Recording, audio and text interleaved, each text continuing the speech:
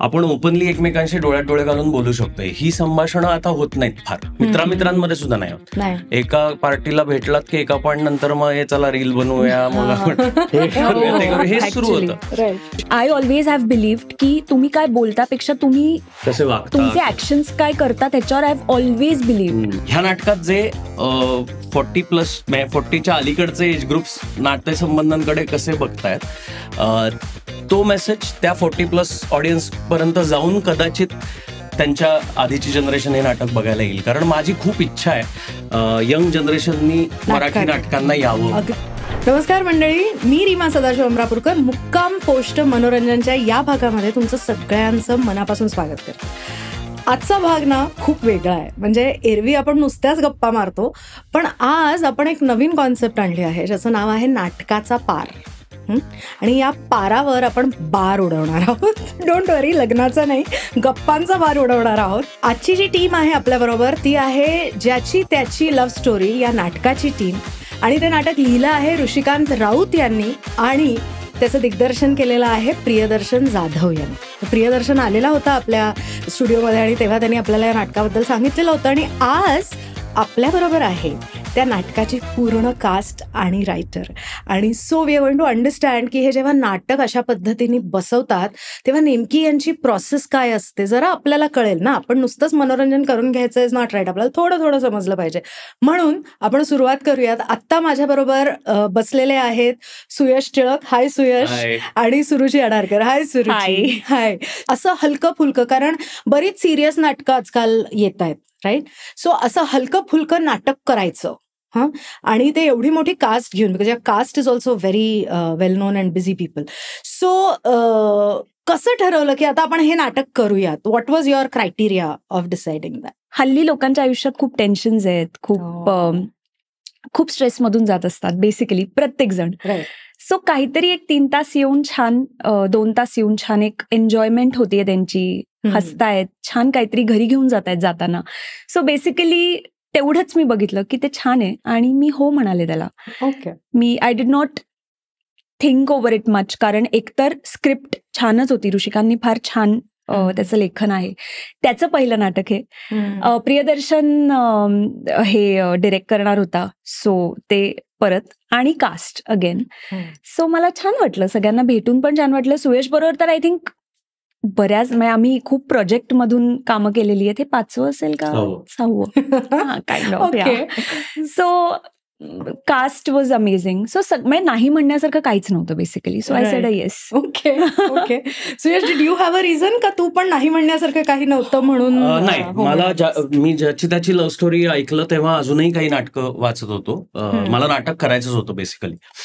पण ज्याची त्याची लव्ह स्टोरीची एक खूप जमेची बाजू मला अशी वाटते की ह्या नाटकाची जी भाषा आहे ती खूप आत्ताची आहे. आत्ताची जेव्हा असं मी म्हणतो तेव्हा मला फार क्लिशेड आत्ताची या झोनमध्ये जायचं नाही, पण आत्ताची म्हणजे बरेचदा तू जर नोटीस केलं असेल तर आपण प्रेमाबाबतीत, रिलेशनशिप्स बाबतीत आपापसात जे डिस्कस करतो, मित्रमैत्रिणींबाबतीत, किंवा मी सुरुचीशी जितक्या कम्फर्टेबली काही गोष्टी डिस्कस करू शकत असेन कदाचित, त्या मी माझ्या घरच्यांशी नाही डिस्कस करू शकत, किंवा त्या भाषेत मी घरच्यांशी कम्युनिकेट नाही करू शकत, कारण त्यांना बऱ्याचशा गोष्टी कळत नाहीत किंवा ऍक्सेप्ट करायला वेळ लागतो. जनरली नाटकांना, मराठी नाटकांना येणारा ऑडियन्स हा 40+ असतो, मॅक्सिमम 40 एज ग्रुप क्रॉस केलेले.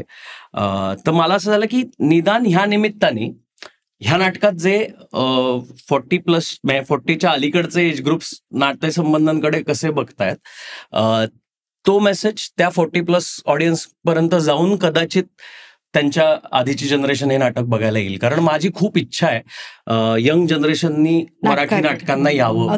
नाटकामध्ये जे तुमच्या दोघांचे कॅरेक्टर्स आहेत, सो द रिझन मी आता तुम्हाला दोघांना एकत्र बसवलेलं आहे इज बिकॉज तुमच्या characters are totally on the opposite poles. एक जी व्हॅल्यू आपण ज्याला म्हणतो कमिटमेंटची, एक तुझं कॅरेक्टर आहे जे पूर्णपणे कमिटेड आहे, committed to being a wife, committed to being a friend.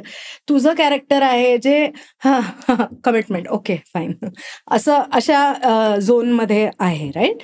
So मला आता ना तुमच्या पर्सनल आयडियाज ऑफ कमिटमेंट बद्दल ऐकायला आवडेल ऍक्च्युली, की what is your idea of commitment? I think मी खूपच रिलेट करणारी आहे, कारण मी तशीच आहे. म्हणजे एकदा एक बार कमिटमेंट दे दी की ती दिली बस.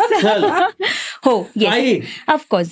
सो आय थिंक आयुष्यात कधी ब्रेकअप नाही झालं तुझं? नाही, ब्रेकअप झाले, पण कमिटमेंट म्हणजे माझ्याकडून जी कमिटमेंट असते की I am very committed as a friend, I am very committed as a in a relationship, now as a wife. पण मी खूप म्हणजे माझा माइंडसेटच तो आहे की मी म्हणजे मी कधीच हा विचार, म्हणजे ह्याच्या आधी सुद्धा ब्रेकअप्स नाही झाले असे ऑब्व्हियसली कोणीच असं नसेल ज्याचं ब्रेकअप नाही झाले, पण एकदा रिलेशनशिपमध्ये गेल्यानंतर डेट करून बघू, विचार करू पुढे काय होतंय, जर ओके सगळं झालं की मग लग्नाचा विचार करू, अशी मी कधीच नव्हते.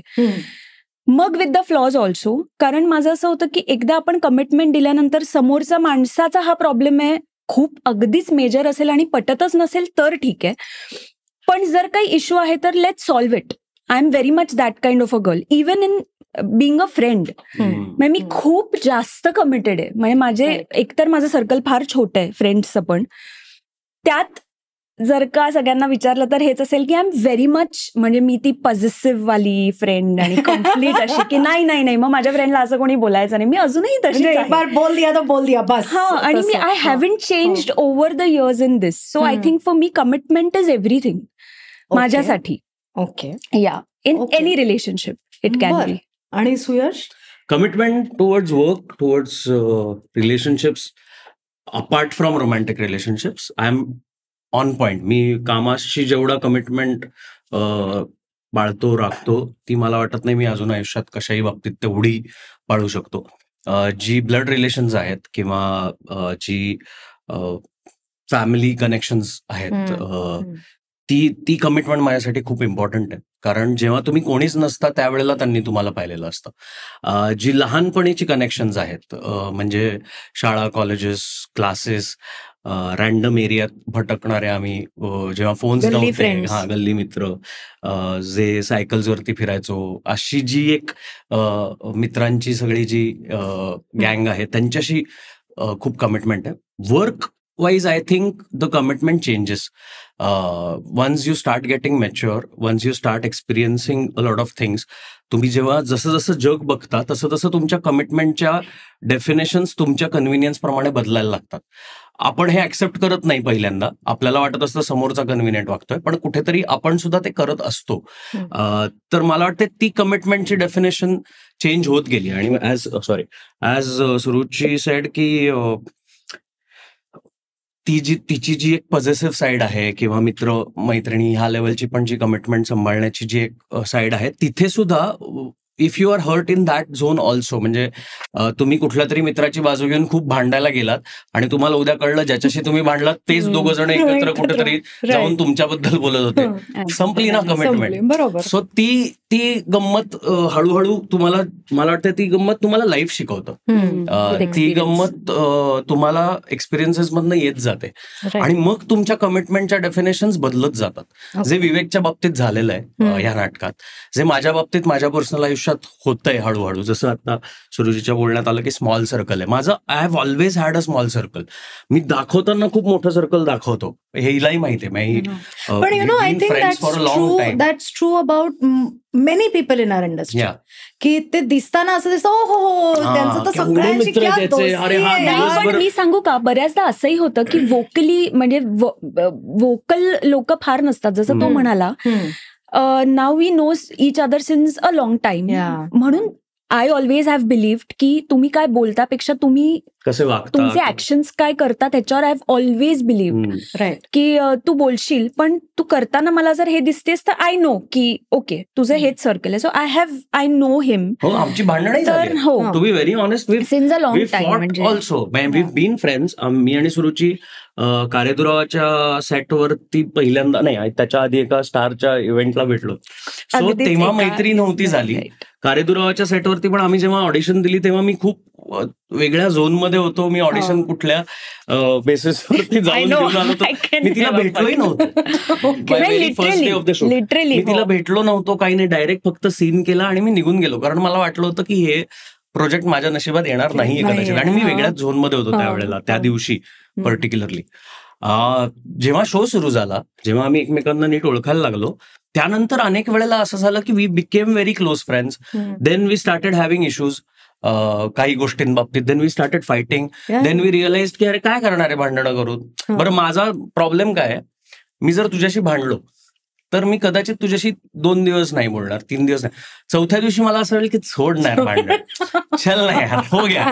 त्यावेळेला मला राग आला. डू यू रिअलाइज की तू आता म्हणताना म्हणालास की कमिटमेंटची डेफिनेशन चेंज होत जाते, पण ऍक्च्युली तू सुद्धा 100% कमिटेड असतो. मी असतोच, मी तेच म्हटलं की पण त्यानंतर तुम्ही घाबरता किंवा तुम्ही काही कॉन्शियसली कमिटेड गोष्टी करणं टाळता, किंवा तुमच्या कमिटमेंटमध्ये तो कॉन्शियसनेस टपकायला लागतो, मग ती पूर्ण कमिटमेंट नाही राहत. करेक्ट. मग कॅल्क्युलेटिव्ह गोष्टी होतात. In your subconscious mind I feel somebody else is controlling your commitment also towards everything.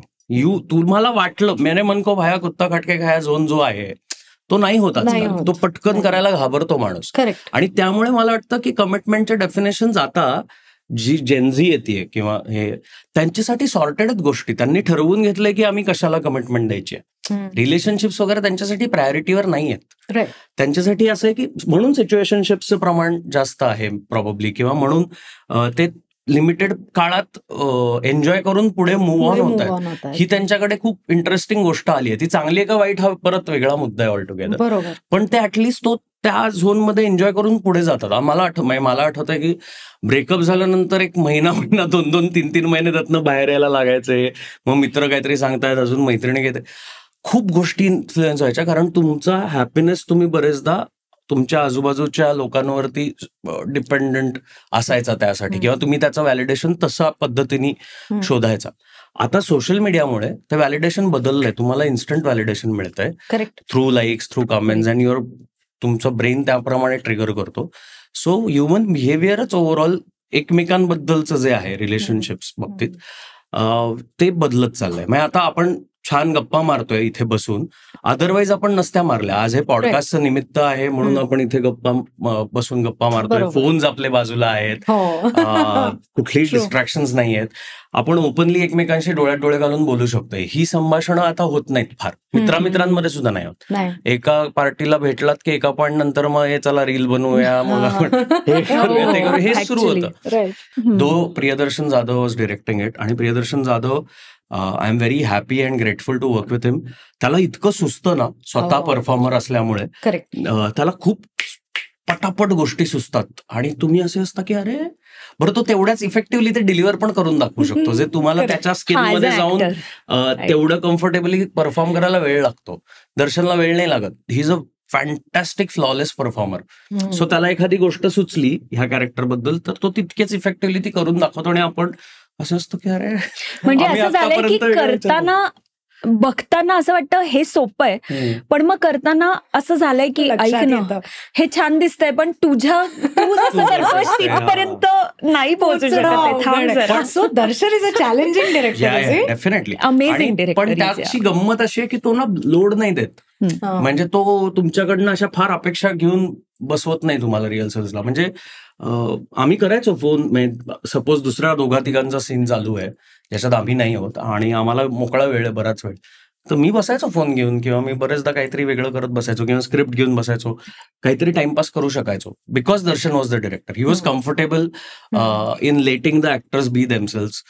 He was giving us that time की चल तुम्हाला काय करायचंय करा, आत्ता माझा फोकस हा आहे, विच मला त्यामुळे ती प्रोसेस म्हणून एन्जॉय खूप करता आली. फक्त गिअर पडायला जरा वेळ लागतो, कारण मी म्हटलं तसं की दर्शन शेवटच्या मिनिटापर्यंत he keeps you on the edge, की बाबा हे पण करू शकतोस तू, हे पण करू शकतोस. त्याला सुचत खूप असल्यामुळे त्याला वेळ लागतो. त्यामुळे ती खूप, म्हणजे आम्ही तसं बघितलं टेक्निकली तर जरा जास्त दिवस रिहर्सल केली असेल, पण घाईघाईत नंतर जेव्हा नाटक ओपन करायचं होतं तेव्हा आमचे सगळ्यांचेच म्हणजे नाही, मी म्हटलं तसं I was the last one two join, त्यामुळे मी कम्प्लीट गॅसवरच होते. हो, म्हणजे मी आले आणि आय थिंक 2ऱ्या का 3ऱ्या दिवशी ठरलं की ह्याच महिन्यात आपण नाटक ओपन करतोय, आणि मी विचारलं होतं, मला लक्षात आहे की हे शक्य आहे का, कारण मी आत्ता जॉईन झाले, मी पहिल्यांदा 1-2 दिवसाआधी स्क्रिप्ट ऐकली आहे. सो आणि मी कॉलेजमध्ये असताना किंवा काही मी एकांकिका वगैरे नाही केल्यात.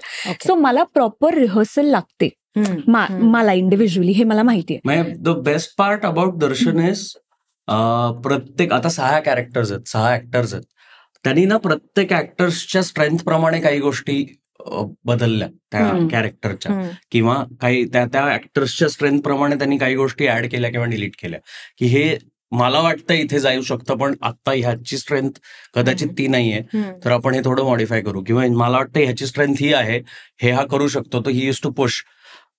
सो दॅट ओव्हरऑल ती प्रोसेस म्हणून मला असं वाटतं की ती मला नंतर पण पुन्हा कधीतरी त्याच्याबरोबर काम करताना अनुभवायला आवडेल. कारण नाटकाच्या वेळेला तुम्ही सगळेच क्लूलेस असतात ना, including director, including the writer, की ऑडियन्स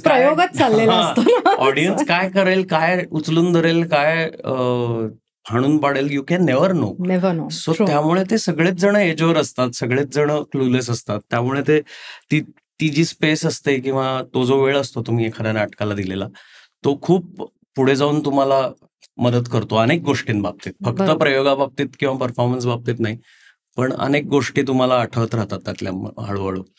सो आता आपण सुरुची आणि सुयश यांच्याशी बोललो, आणि त्याच्यामध्ये सुयशनी आपल्याला एक्सप्लेन करून सांगितलं, आणि इव्हन सुरुचीनी, की कमिटमेंट ही सगळ्यात महत्वाची असते, राईट. आणि बोलता बोलता सुयश म्हणाला की आजची जी पिढी आहे ना, तिच्या प्रायोरिटीज ठरलेल्या आहेत, कशाला कमिटेड राहायचं आणि कशाला नाही. त्याच्यातली एक अत्यंत महत्वाची कमिटमेंट जी आहे ती म्हणजे त्यांच्या करिअर प्रती असलेली त्यांची कमिटमेंट आणि त्यांचे ambition, because they want to achieve something. त्यांना रिलेशनशिप्समध्ये अडकून राहायचं नाहीये.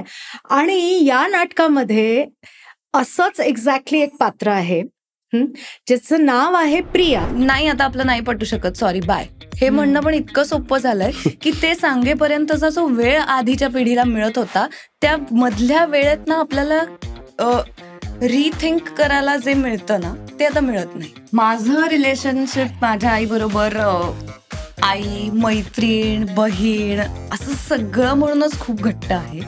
आणि ती माझ्याच क्षेत्रात, म्हणजे मी तिच्याच क्षेत्रात असल्यामुळे तिला मी लहानपणापासून बघत आली, ती काय पद्धतीने काम करते. असं माझ्या मैत्रिणींना मुलं आहेत, सो ते एक्सपिरियन्सेस मी खूप रिलेट करून जवळपास मी जाण्याचा प्रयत्न करते. असा काही डिसिजन आहे तुझ्या आयुष्यातला की if you had to go back, would you like to change it?